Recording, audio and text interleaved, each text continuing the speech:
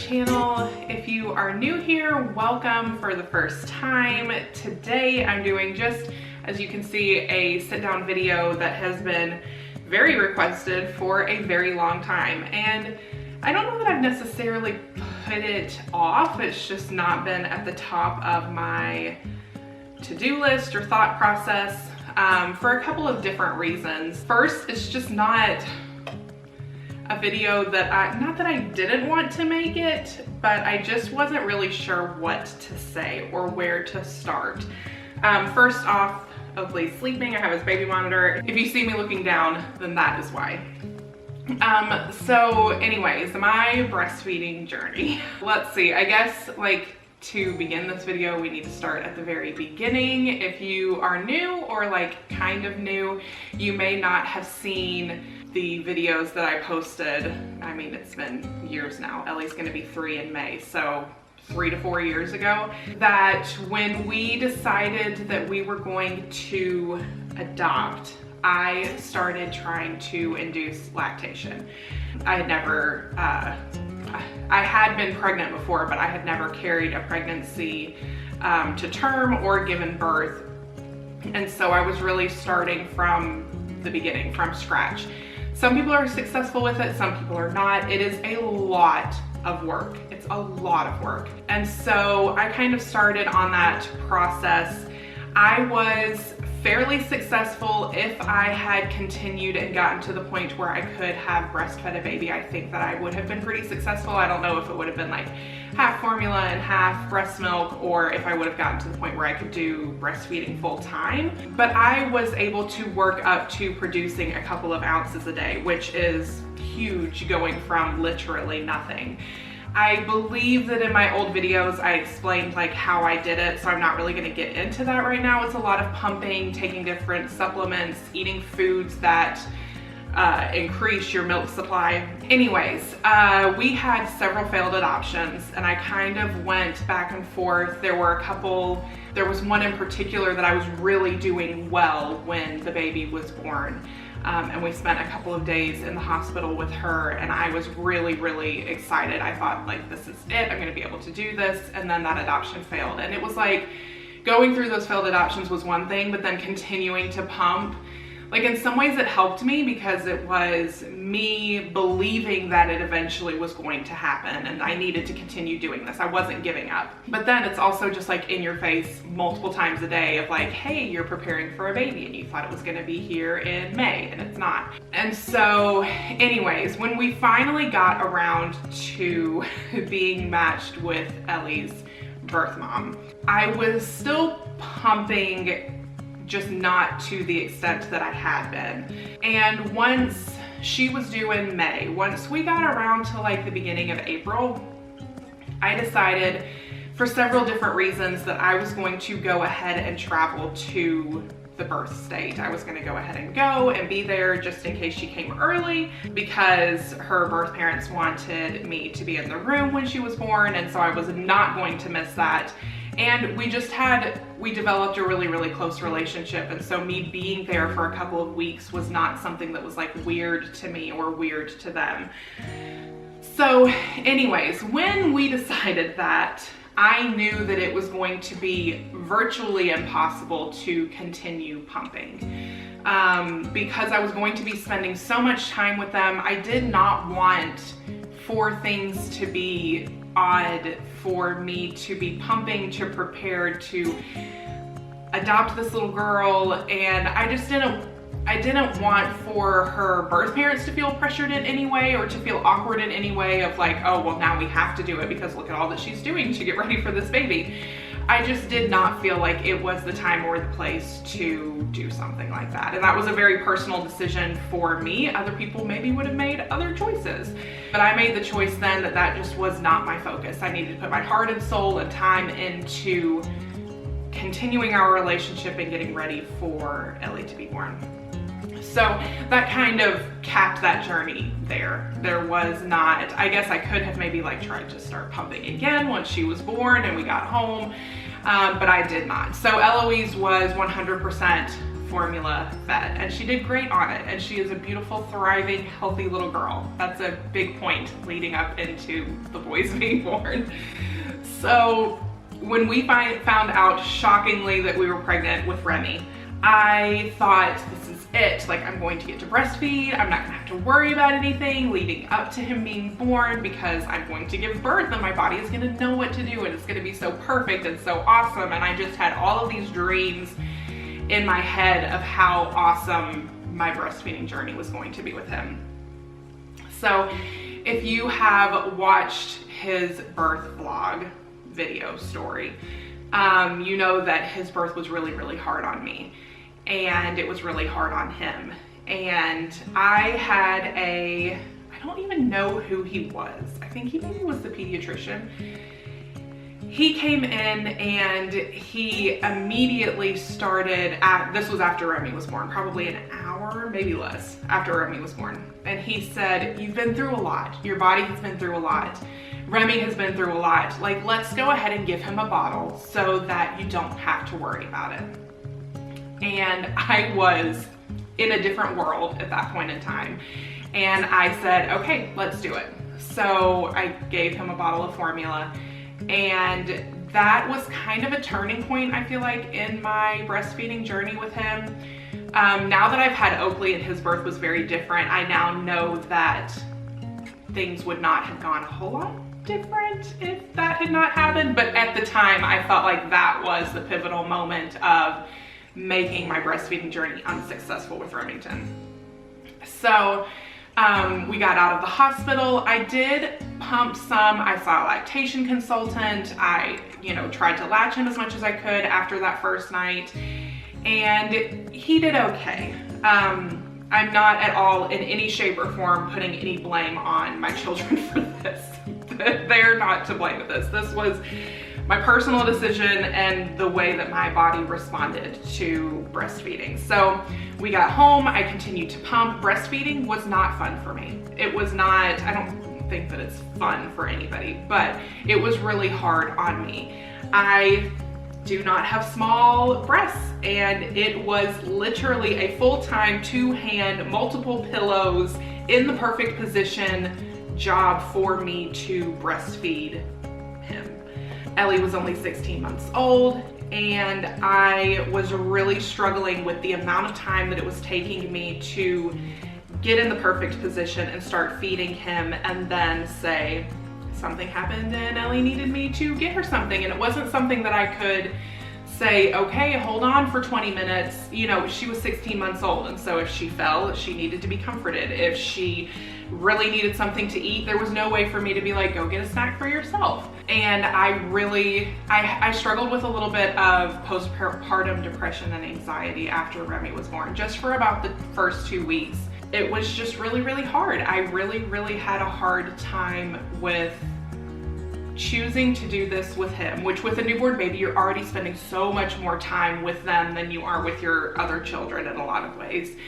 And so choosing to do that with him made me feel like a really bad mom to Ellie. And like I said, she was 16 months old. She was still very much a baby herself. And so I decided to stop breastfeeding. I was just going to pump, which anybody who has pumped knows that that is not at all an easier thing. It does not take less time. You now have to pump and then feed your baby. The only thing that it did do was allow Derek to feed him some, which drastically helps with overnights and stuff like that. So I was able to do that on and off for 6 weeks with him. Now, he had something totally different going on that we wouldn't even realize was happening until he was, 9 months old. He has a food allergy called FPIES, and I'll talk about that in a different video. Thankfully, it's something that most kids grow out of by the time they're like 3-ish, 2 to 3 years old, but it can vary in the number of foods that they can be allergic to. And so he would spit up a lot. Like when I would breastfeed him, it would be like projectile vomiting. Not every time, but many times. And so I fell into a deeper depression of, there's something wrong with my body. There's something wrong with my milk. My milk is bad, even though it's coming directly out of me and into him. And so all of those things just kind of piled on top of each other to the point where I said, I'm done. I went through many weeks of being done and then deciding to start the next day. And it was very back and forth for me, and I had a lot of guilt, I shed many tears over feeling like I just wasn't able to do it. But was it because I was being selfish? Was it because that I wasn't trying hard enough? Was it because I wasn't doing the right things? And Derek sat down with me one night and just said, you have a beautiful daughter and she has thrived on formula. She's beautiful, she's healthy, she is so smart. And you are doing yourself a disservice and doing your children a disservice by continuing to try because you feel guilty. He said, if you want to do it because that's just what you want to do in your heart and soul, that's what you want to do, then let's do it. Let's give it another shot. But if you're only doing it because you feel guilty for not doing it, then it's not worth it. He even pointed out, one of my dear friends who adopted both of her little girls, he said, do you think of her as a lesser mom because she used formula and did not breastfeed her kids? And I said, no, of course not. The thought has never crossed my mind. And he said, okay, then stop putting that kind of pressure on yourself. You are not a worse mom because you didn't successfully breastfeed your kids. And so I stopped, and it was a process, obviously, of weaning my body off of producing milk. I can go into that at a later video. So anyways, Remington was like, I'd say 75-25 of breastfeeding and formula up until he was 6 weeks old, and then from 6 weeks on, it was formula. At 9 months, obviously, we found out that he had this allergy, and his pediatrician said that is why he spit up constantly. She said it would have been so hard for you to figure out what foods he was allergic to and what was causing this. That is my story with Remy. With Oakley, I don't know why, because I had when Oakley was born, Ellie was just over 2 and Remy was 11 months. But for some reason in my head, I was like, this is my second shot. I've got this. I'm gonna figure it out. Hopefully he won't have the same allergy. Hopefully things will just be different. I'm gonna try harder. I'm gonna try harder from birth. I'm not gonna start with formula. We got this. So Oakley was born. My birth was night and day different. If you have not watched that video, you can go back and watch that. It was just a couple of videos ago. Except he went to the NICU and I was like, it doesn't matter. I am not stopping. This is what I am doing. And so he latched right away when he was born. Both sides, perfect, awesome. Got to the NICU. They said, because of what is wrong with him, with his breathing issues, you cannot breastfeed and we can't bottle feed him because we're afraid he's going to inhale it and then it's going to cause pneumonia and then like everything's just going to get a lot worse. So they had to put a feeding tube. And I thought, doesn't matter. I'm still going to pump. He is still going to get that breast milk. We have got this. And so I did. I pumped. I did fairly well. My doulas were amazing and donated milk that they had. And so between the three of us, which is just, I can make a whole video about that in itself. He was able to be 100% formula fed, even through his NICU stay. And so I pumped continuously. I was always attached to my pump. I worked so hard. We got home and I started trying to breastfeed him, and I hit the same roadblocks as I did with Remy of just it being a two-hand full-time job to latch him and for him to breastfeed. So anyways, I just ran into the same roadblocks with him, except now I had a 2-year-old and I had an 11-month-old, and so there were even more children that needed my attention and needed help. And anyways, long story short with him, I did 100% breastfeed him until I think he was 9 weeks old. Yeah, he was between 9 and 10 weeks old when I decided I just can't. I just can't do it anymore. It was weighing so heavily on my mind. It was taking such a toll on my mental health. And I decided I'm gonna be done. And it was still a hard decision for me to make. It was not as hard as it was with Remy. which I'm kind of surprised because with Oakley I didn't have the spitting up, which you would have thought with Remy would have made it an easier decision, but it was easier with Oakley. And I don't know if it was because I had already done it once, or if I had made it 100% up until that 9-10 weeks, and so I just felt more accomplished in it. I don't know. But anyways, so I stopped breastfeeding him. Once again, just kind of weaned myself off. I actually still have a huge stash of breast milk that I get out every once in a while, especially if he's sick. And so yeah, that was my breastfeeding journey between the 3 of my children. I hope to have at least one more baby that I can give birth to.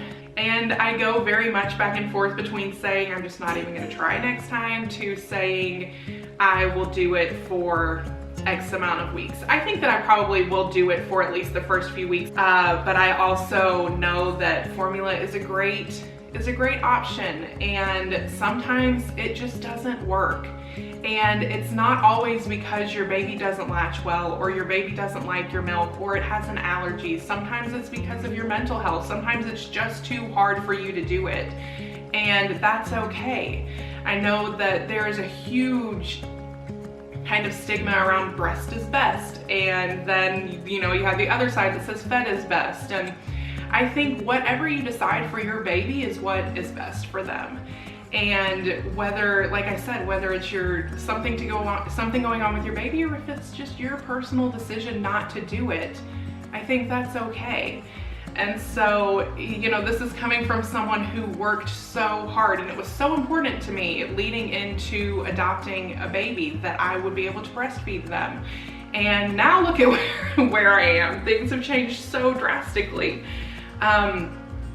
And so I think that, I had to put myself as a priority. I had to put all of my children as priorities. I don't know if things would have been different if, I had tried to breastfeed Ellie, or if I had given birth for my first child. I think things might have been a little bit different because that would have been my only priority, my only focus.